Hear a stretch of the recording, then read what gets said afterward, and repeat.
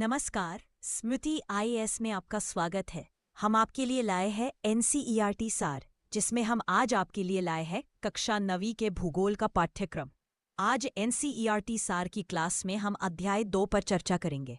इसमें अध्याय 2 में भारत की भौगोलिक आकृतियों के बारे में जानकारी उल्लिखित है, जिसका विवरण कुछ इस प्रकार है। हिमालय पर्वत श्रृंखला, उत्तरी मैदान, प्रायद्वीपीय पठार, भारतीय मरुस्थल, तटीय मैदान एवं द्वीप समूह, इन सभी के बारे में हम आज की कक्षा में विस्तार से जानेंगे। सर्वप्रथम हिमालय पर्वत की बात करें तो भारत की उत्तरी सीमा पर विस्तृत हिमालय पर्वत भूगर्भीय रूप से युवा एवं बनावट के दृष्टिकोण से वलित पर्वत श्रृंखला है। ये पर्वत श्रृंखलाएं पश्चिम से पूर्व दिशा में सिंधु से लेकर ब्रह्मपुत्र तक फैली है। हिमालय विश्व की सबसे ऊंची पर्वत श्रेणी है और एक विशाल अवरोधक के रूप में जानी जाती है। ये 2400 किलोमीटर की लंबाई में फैले एक अर्धवृत्त का निर्माण करते हैं। इसकी चौड़ाई कश्मीर में 400 किलोमीटर एवं अरुणाचल में 150 किलोमीटर है। पश्चिमी भाग की अपेक्षा पूर्वी भाग की ऊंचाई में अधिक विविधता पाई जाती है। अपने पूरे देशांतरीय विस्तार के साथ हिमालय को 3 भागों में बांट सकते हैं। इन श्रृंखलाओं के बीच बहुत अधिक संख्या में घाटियां पाई जाती है। सबसे उत्तरी भाग में स्थित श्रृंखला को महान या आंतरिक हिमालय या हिमाद्री कहते हैं, या सबसे अधिक सतत श्रृंखला है, जिसमें 6000 मीटर की औसत ऊंचाई वाले सर्वाधिक ऊंचे शिखर है। इसमें हिमालय के सभी मुख्य शिखर हैं। विश्व की सबसे ऊंची चोटी माउंट एवरेस्ट इसी श्रेणी का भाग है, जिसकी ऊंचाई लगभग 8848 मीटर है। हिमालय के इस भाग का क्रोड़ ग्रेनाइट का बना है। यह श्रृंखला हमेशा बर्फ से ढंकी रहती है तथा इससे बहुत सी हिमानियों अर्थात ग्लेशियर का प्रवाह होता है। हिमाद्री के दक्षिण में स्थित श्रृंखला सबसे अधिक लंबी है एवं हिमाचल या निम्न हिमालय या मध्य हिमालय के नाम से जानी जाती है। इन श्रृंखलाओं का निर्माण मुख्यतः अत्यधिक संपीड़ित तथा परिवर्तित चट्टानों से हुआ है। इनकी ऊंचाई 3700 मीटर से 4500 मीटर के बीच तथा औसत चौड़ाई 50 किलोमीटर है। मध्य हिमालय छोटी छोटी श्रृंखलाओं में बंटा हुआ है, जिसमें पीर पंजाल श्रृंखला सबसे लंबी तथा सबसे महत्वपूर्ण श्रृंखला है। धौलाधार एवं महाभारत श्रृंखलाएं भी महत्वपूर्ण है। इसी श्रृंखला में कश्मीर की घाटी तथा कांगड़ा एवं कुल्लू की घाटियां स्थित है। इस क्षेत्र को पहाड़ी नगरों के लिए जाना जाता है। हिमालय की सबसे बाहरी श्रृंखला को शिवालिक कहा जाता है। इनकी चौड़ाई 10 से 50 किलोमीटर तथा ऊंचाई 900 से 1100 मीटर के बीच है। ये श्रृंखलाएं उत्तर में स्थित मुख्य हिमालय की श्रृंखलाओं से नदियों द्वारा लाई गई अवसादों से बनी हैं। ये घाटियां बजरी तथा जलोढ़ की मोटी परत से ढंकी हुई हैं। निम्न हिमाचल तथा शिवालिक के बीच में स्थित लंबवत घाटी को दून के नाम से जाना जाता है। कुछ प्रसिद्ध दून हैं देहरादून, कोटली दून एवं पाटली दून। इस उत्तर से दक्षिण के अतिरिक्त हिमालय को पश्चिम से पूर्व तक स्थित क्षेत्रों के आधार पर भी विभाजित किया गया है। इन वर्गीकरणों को नदी घाटियों की सीमाओं के आधार पर किया गया है, जिसे हम कुछ इस प्रकार से समझ सकते हैं। उदाहरण के लिए, सतलुज एवं सिंधु के बीच स्थित हिमालय के भाग को पंजाब हिमालय के नाम से जाना जाता है, लेकिन इसे कश्मीर तथा हिमाचल हिमालय के नाम से भी जाना जाता है। सतलुज तथा काली नदियों के बीच स्थित हिमालय के भाग को कुमाऊं हिमालय के नाम से भी जाना जाता है। काली तथा तिस्ता नदियां नेपाल हिमालय का एवं तिस्ता तथा दिहांग नदियां असम हिमालय का सीमांकन करती है। इस प्रकार मध्य हिमालय को नदी घाटियों की सीमाओं के साथ छोटे छोटे भागों में विभाजित किया गया है। ब्रह्मपुत्र नदी हिमालय की सबसे पूर्वी सीमा बनाती है। दिहांग गार्ज के बाद हिमालय दक्षिण की ओर एक तीखा मोड़ बनाते हुए भारत की पूर्वी सीमा के साथ फैल जाता है। इन्हें पूर्वांचल या पूर्वी पहाड़ियों तथा पर्वत श्रृंखलाओं के नाम से जाना जाता है। ये पहाड़ियाँ उत्तर पूर्वी राज्यों से होकर गुजरती है तथा मजबूत बलुआ पत्थरों से बनी है, जो अवसादी चट्टानों से निर्मित है। ये घने जंगलों से ढंकी है तथा अधिकतर समानांतर श्रृंखलाओं एवं घाटियों के रूप में फैली है। पूर्वांचल में पटकाई, नागा, मिजो तथा मणिपुर पहाड़ियां शामिल हैं। द्वितीय है उत्तरी मैदान। उत्तरी मैदान 3 प्रमुख नदी प्रणालियों सिंधु, गंगा एवं ब्रह्मपुत्र तथा इनकी सहायक नदियों से बना है। यह मैदान जलोढ़ मृदा से बना है। लाखों वर्षों में हिमालय के गिरिपाद में स्थित बहुत बड़े बेसिन में जलोढ़ों का निक्षेप हुआ, जिससे इस उपजाऊ मैदान का निर्माण हुआ है। इसका विस्तार 7 लाख वर्ग किलोमीटर के क्षेत्र पर है। यह मैदान लगभग 2400 किलोमीटर लंबा एवं 240 से 320 किलोमीटर चौड़ा है। यह सघन जनसंख्या वाला भौगोलिक क्षेत्र है। समृद्ध मृदा आवरण, पर्याप्त पानी की उपलब्धता एवं अनुकूल जलवायु के कारण कृषि की दृष्टि से यह भारत का अत्यधिक उत्पादक क्षेत्र है। उत्तरी पर्वतों से आने वाली नदियां निक्षेपण कार्य में लगी हैं। नदी के निचले भागों में ढाल कम होने के कारण नदी की गति कम हो जाती है, जिसके परिणाम स्वरूप नदीय द्वीपों का निर्माण होता है। ये नदियां अपने निचले भाग में गाद इकट्ठा हो जाने के कारण बहुत सी धाराओं में बट जाती हैं। इन धाराओं को वितरिकाएं कहा जाता है। उत्तरी मैदान को मोटे तौर पर 3 उपवर्गों में विभाजित किया गया है। उत्तरी मैदान के पश्चिमी भाग को पंजाब का मैदान कहा जाता है। सिंधु तथा इसकी सहायक नदियों के द्वारा बनाए गए इस मैदान का बहुत बड़ा भाग पाकिस्तान में स्थित है। सिंधु तथा इसकी सहायक नदियां झेलम, चिनाब, रावी, ब्यास तथा सतलुज हिमालय से निकलती है। 2 नदियों के बीच के भाग को दोआब कहा जाता है। उत्तर के विशाल मैदान में दोआबों की संख्या बहुत अधिक है। गंगा के मैदान का विस्तार घग्गर तथा तिस्ता नदियों के बीच है। यह उत्तरी भारत में हरियाणा, दिल्ली, उत्तर प्रदेश, बिहार, झारखंड के कुछ भाग तथा पश्चिम बंगाल में फैला है। ब्रह्मपुत्र का मैदान इसके पूर्व विशेषकर असम में स्थित है। उत्तरी मैदान की भौगोलिक आकृतियों में काफी विविधता विद्यमान है। आकृतिक भिन्नता के आधार पर उत्तरी मैदानों को 4 भागों में विभाजित किया जा सकता है।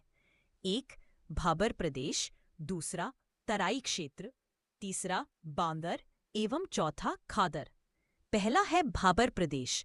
भाबर प्रदेश वे क्षेत्र है जहां नदियां पर्वतों से नीचे उतरते समय हिमालय की शिवालिक श्रेणी की ढाल पर 8 से 16 किलोमीटर की चौड़ी पट्टी में जलोढ़ों या सेडिमेंट्स का निक्षेपण करती है। इसे भाबर प्रदेश के नाम से जाना जाता है। सभी नदियां इस भाबर पट्टी में विलुप्त हो जाती हैं। सेडिमेंट्स का अर्थ है नदियों द्वारा बहाकर लाई गई मिट्टी या रेत। इसी पट्टी के दक्षिण में ये नदियां पुनः स्थल पर आ जाती है एवं नम तथा दलदली क्षेत्र का निर्माण करती है, जिसे तराई कहा जाता है। इस क्षेत्र में दुधवा नेशनल पार्क स्थित है। तीसरा है बांगर भूमि। बांगर वे क्षेत्र है जहां पहले नदियों से बाढ़ आया करती थी और सेडिमेंट्स इकट्ठे होते थे, लेकिन अब वे नदियों के बाढ़ वाले मैदान के ऊपर स्थित हैं। इन पुराने बाढ़ के मैदानों को भांगर या बांगर के नाम से जाना जाता है। चौथा है खादर भूमि। बाढ़ वाले नए मैदानों के निक्षेपों को खादर कहा जाता है। इनका लगभग प्रत्येक वर्ष पुनर्निर्माण होता है, इसलिए ये उपजाऊ होते हैं तथा गहन खेती के लिए आदर्श होते हैं। अब हम प्रायद्वीपीय पठार पर चर्चा करेंगे। प्रायद्वीपीय पठार का अर्थ है ऐसा पठार जो 3 ओर से समुद्र से घिरा है। प्रायद्वीपीय पठार पुरानी क्रिस्टलीय, आग्नेय तथा रूपांतरित चट्टानों से बना है। यह गोंडवाना लैंड के टूटने एवं उसके उत्तर पूर्वी अपवाह के कारण बना था। यही कारण है कि यह प्राचीनतम भूभाग का एक हिस्सा है। इस पठारी भाग में चौड़ी तथा छिछली घाटियां एवं गोलाकार पहाड़ियां हैं। इस पठार के 2 मुख्य भाग हैं, मध्य उच्चभूमि तथा दक्कन का पठार। नर्मदा नदी के उत्तर में प्रायद्वीपीय पठार का वह भाग जो कि मालवा के पठार के अधिकतर भागों पर फैला है, उसे मध्य उच्चभूमि के नाम से जाना जाता है। पश्चिम में यह धीरे धीरे राजस्थान के बलुई तथा पथरीले मरुस्थल से मिल जाता है। इस क्षेत्र में बहने वाली नदियां चंबल, सिंध, बेतवा तथा केन दक्षिण पश्चिम से उत्तर पूर्व की तरफ बहती हैं। इस प्रकार जात होता है कि मध्य उच्चभूमि का ढाल उत्तर पूर्व की ओर है। मध्य उच्चभूमि पश्चिम में चौड़ी और पूर्व में संकीर्ण है। इस पठार के पूर्वी विस्तार को स्थानीय रूप से बुंदेलखंड तथा बघेलखंड के नाम से जाना जाता है। इसके पूर्व में छोटा नागपुर पठार है, जो कि दामोदर नदी का उद्गम स्थल है। इसके बाद हम आते हैं प्रायद्वीपीय पठार के दक्षिणी भाग पर। दक्षिण का पठार एक त्रिकोणीय भूभाग है जो नर्मदा नदी के दक्षिण में स्थित है। इसके उत्तर में सतपुड़ा की श्रृंखला है, जबकि महादेव, कैमूर की पहाड़ी तथा मैकाल श्रृंखला इसके पूर्वी विस्तार है। दक्षिण का पठार पश्चिम में ऊंचा एवं पूर्व की ओर कम ढाल वाला है। इस पठार का एक भाग उत्तर पूर्व में भी देखा जाता है, जिसे स्थानीय रूप से मेघालय का पठार या कार्बी एंगलोंग पठार के नाम से जाना जाता है। यह एक भ्रंश के द्वारा छोटा नागपुर पठार से अलग हो गया है। इस मेघालय के पठार में पश्चिम से पूर्व की ओर 3 महत्वपूर्ण श्रृंखलाएं गारो, खासी तथा जयंतिया है। दक्षिण के पठार के पूर्वी एवं पश्चिमी सिरे पर क्रमशः पूर्वी तथा पश्चिमी घाट स्थित है। पश्चिमी घाट पश्चिमी तट के समानांतर स्थित है। यह पश्चिमी तट के साथ उत्तर से दक्षिण में सतत रूप से फैला है तथा इन्हें केवल दर्रे के द्वारा ही पार किया जा सकता है। दर्रा पहाड़ों के बीच का प्राकृतिक रास्ता होता है, जिससे होकर एक पर्वत श्रृंखला को पार किया जा सकता है। पश्चिमी घाट में थाल घाट, भोर घाट तथा पाल घाट कुछ प्रमुख दर्रे हैं। पश्चिमी घाट पूर्वी घाट की अपेक्षा ऊंचा है। पूर्वी घाट के 600 मीटर की औसत ऊंचाई की तुलना में पश्चिमी घाट की ऊंचाई 900 से 1600 मीटर है। पूर्वी घाट का विस्तार उत्तर में महानदी से दक्षिण में नीलगिरी तक है। पूर्वी घाट का विस्तार सतत नहीं है, ये अनियमित है। इसे बंगाल की खाड़ी में गिरने वाली नदियों ने काट दिया है। पश्चिमी घाट में पर्वतीय वर्षा होती है। यह वर्षा पश्चिमी घाट के पश्चिमी ढाल पर आर्द्र हवा के टकराकर ऊपर उठने के कारण होती है।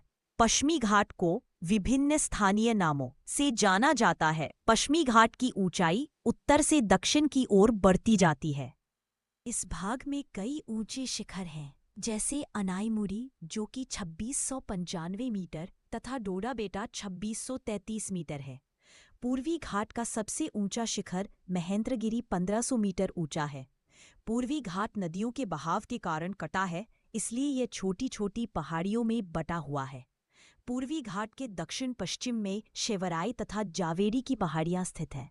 प्रायद्वीपीय पठार की एक विशेषता यहाँ पाई जाने वाली काली मिट्टी है, जिसे दक्कन ट्रैप के नाम से भी जाना जाता है। इसकी उत्पत्ति ज्वालामुखी से हुई है, इसलिए इसकी चट्टान आग्नेय है। इन आग्नेय चट्टानों के अपर्दन से काली मृदा का निर्माण हुआ है। अरावली की पहाड़ियाँ प्रायद्वीपीय पठार के पश्चिमी एवं उत्तर पश्चिमी किनारे पर स्थित है। ये बहुत अधिक अपर्दित एवं खंडित पहाड़ियाँ हैं। ये गुजरात से लेकर दिल्ली तक दक्षिण पश्चिम एवं उत्तर पूर्व दिशा में फैली है। अब हम भारतीय मरुस्थल पर चर्चा करते हैं।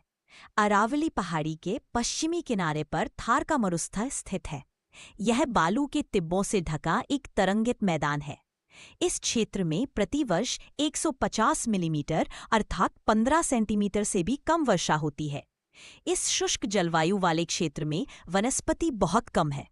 वर्षा ऋतु में ही कुछ सरिताएं दिखती है, पर उसके बाद वे बालू में ही विलीन हो जाती है। पर्याप्त जल नहीं मिलने से वे समुद्र तक नहीं पहुंच पाती है। केवल लूनी ही इस क्षेत्र की सबसे बड़ी नदी है। अगला महत्वपूर्ण भाग है तटीय मैदान। तटीय मैदान प्रायद्वीपीय पठार के किनारों पर संकीर्ण तटीय पट्टियों का विस्तार है। यह पश्चिम में अरब सागर से लेकर पूर्व में बंगाल की खाड़ी तक विस्तृत है। पश्चिमी तट, पश्चिमी घाट तथा अरब सागर के बीच स्थित एक संकीर्ण मैदान है। इस मैदान के 3 भाग हैं। तट के उत्तरी भाग को कोंकण, जो मुंबई तथा गोवा के बीच है, मध्य भाग को कन्नर मैदान एवं दक्षिणी भाग को मालाबार तट कहा जाता है। बंगाल की खाड़ी के साथ फैला हुआ पूर्वी मैदान पश्चिमी मैदान की तुलना में चौड़ा एवं समतल है। उत्तरी भाग में इसे उत्तरी सरकार तट कहा जाता है, जबकि दक्षिणी भाग कोरोमंडल तट के नाम से जाना जाता है। दक्षिण भारत की कुछ बड़ी नदियां जैसे महानदी, गोदावरी, कृष्णा तथा कावेरी इन तटों पर विशाल डेल्टा का निर्माण करती हैं। चिल्का झील पूर्वी घाट के तटीय मैदान में स्थित प्रमुख झील है।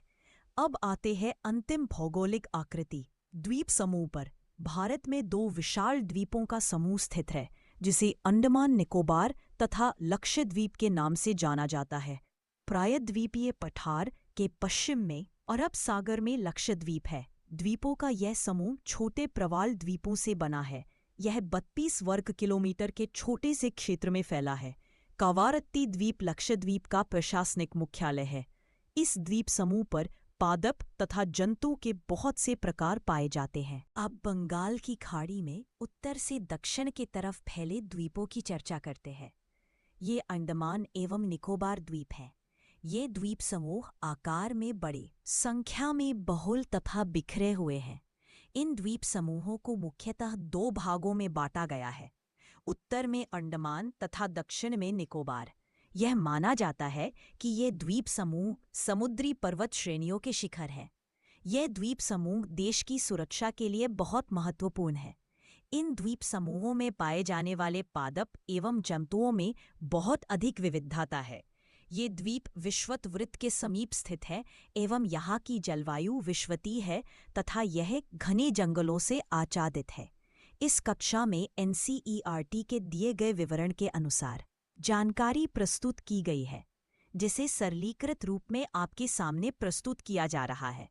हमारा लक्ष्य UPSC एवं स्टेट PSC के लिए NCERT का सार प्रस्तुत करना है। आज की क्लास में हमने अध्याय 2 पर चर्चा की है, जिसमें हमने भारत की भू आकृतियों के बारे में जाना है। मिलते हैं अगली क्लास में NCERT के नए अध्याय के साथ। धन्यवाद।